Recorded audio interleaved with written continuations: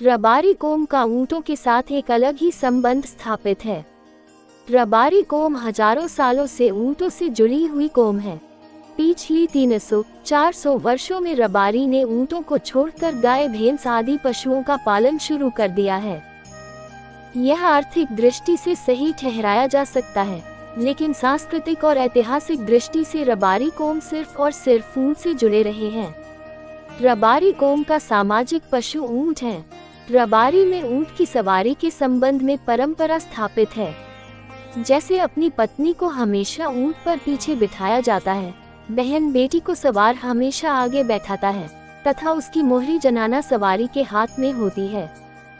किसी युद्ध में कोई रबारी शहीद हो जाए तो उसके वीरगति स्मारक में योद्धा को ऊँट सवार के तौर पर ही दर्शाया जाता है।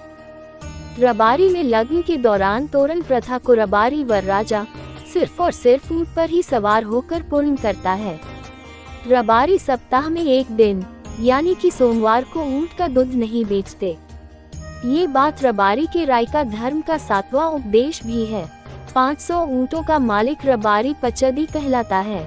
नस पर घनी जटा वाला ऊँट पटेल कहलाता है। जिस ऊँट के कानों के पास घुंघराले बाल होते हैं वह बगरू कहलाता है।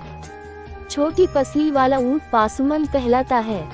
चढ़ाई करने के लिए निश्चित ऊँट चमो ऊँट कहलाता है तथा पहले से धारा गया ऊँट विशेष प्रयोजन के लिए चधीरो कहलाता है। 6 दांत वाला ऊँट छठारी हान कहलाता है। किसी दर्द के कारण ऊँट आवाज करता है तो उसे ऊँट का आडना कहते हैं। ऊँट को किसी कारणवश सजा धजा कर त्याग दिया जाए तो वह पाखनी कहलाता है। ऊँट की चोरी को फोग कहते हैं तथा उसकी तलाश में जाने को नायक जाना कहते हैं। ऊँट की काटी हुई जट को ओठी जट कहा जाता है तथा सांड के दूध को ओठा कहा जाता है। ऊँट सवार रबारी को सुतरसवार या सारवान कहा जाता है।